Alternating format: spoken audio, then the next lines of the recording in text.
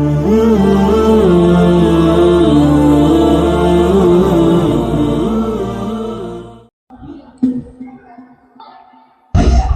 الله الرحمن الرحيم وبه قال حدثنا محمد بن بشار قال حدثنا يحيى عن عبيد الله قال حدثني خبيب بن عبد الرحمن عن حفص بن عاصم عن ابي هريره رضي الله تعالى عنه عن النبي صلى الله عليه وسلم قال 7 يظلهم الله في ظل يوم لا ظل الا ظله الامام العادل وشاب نشا في عباده ربه ورجل قلبه معلق في المساجد ورجلان تحابا في الله اجتمع عليه وتفرق عليه ورجل طلبته ذات منصب وجمال فقال إني أخاف الله ورجل تصدق إخفاء حتى لا تعلم شماله ما تنفق يمينه ورجل ذكر الله خاليا ففاضت عيناه বুখারী শরীফ খণ্ড নম্বর 1 হাদিস নম্বর 660 ইমাম বুখারী রাহমাতুল্লাহ আলাইহি এই হাদিসটা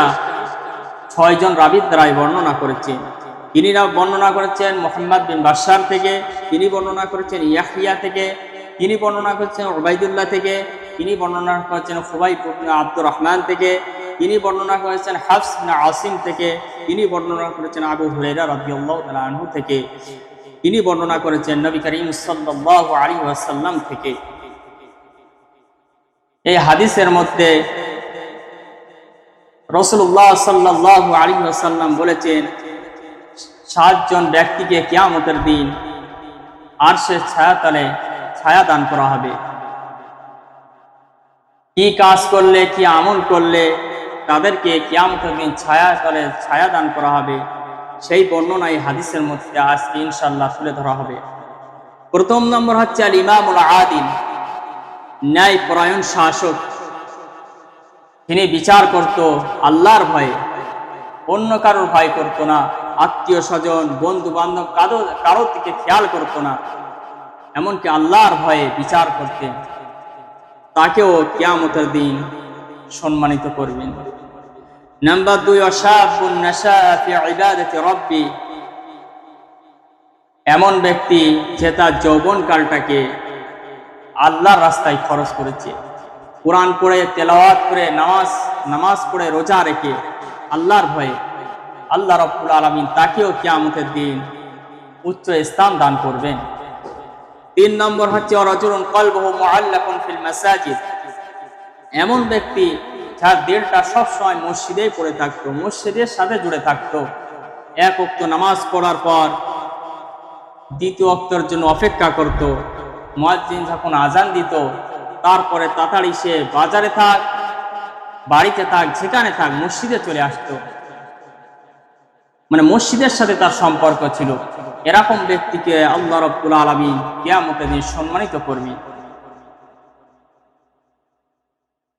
নাম্বার 4 ওয়ারাজুলান তাহাব্বা ফিল্লাহি ইজতামা আলাইহি ওয়া তাফাররাকা আলাইহি, এমন 2 ব্যক্তি যারা এক অপরকে ভালোবাসতো আল্লাহর জন্য, মহব্বত করতো আল্লাহর জন্য এবং পৃথক হচ্ছে আল্লাহর জন্য, এমন ব্যক্তিকে আল্লাহ রাব্বুল আলামিন কিয়ামতের দিন সম্মানিত করবে।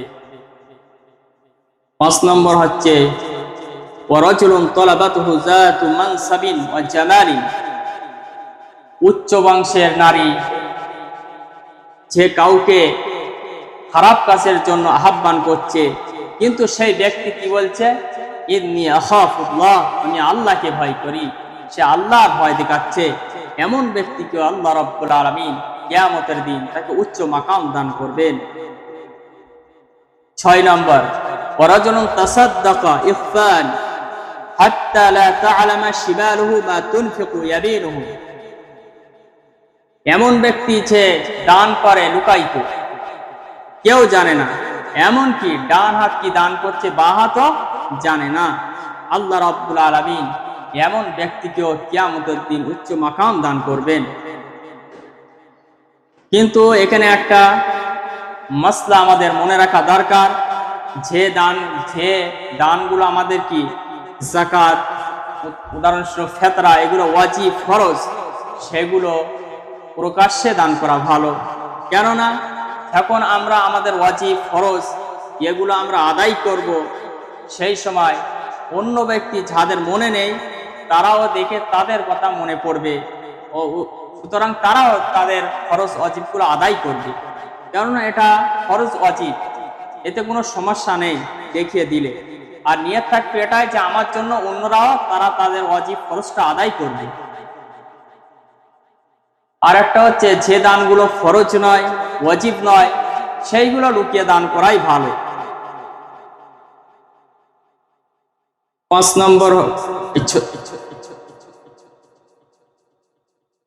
7 নম্বর হচ্ছে রাজুলুন যাকারাল্লাহ খালিয়ান ফাফাসাত আইনাহু, এমন ব্যক্তি যে নির্জনে একাকীভাবে আল্লাহর ভয়ে কাঁদে, আল্লাহর ভয়ে অশ্রু ঝরায়, আল্লাহর ভালোবাসায়, আল্লাহর মুহাব্বতে, এমন ব্যক্তিকে আল্লাহ রাব্বুল আলামিন কিয়ামতের দিন আরশের ছায়াতলে ছায়া দান করবেন। আল্লাহ রাব্বুল আলামিন কিয়ামতের দিন এই 7 ব্যক্তিকে আরশের ছায়াতলে ছায়া দান করবেন।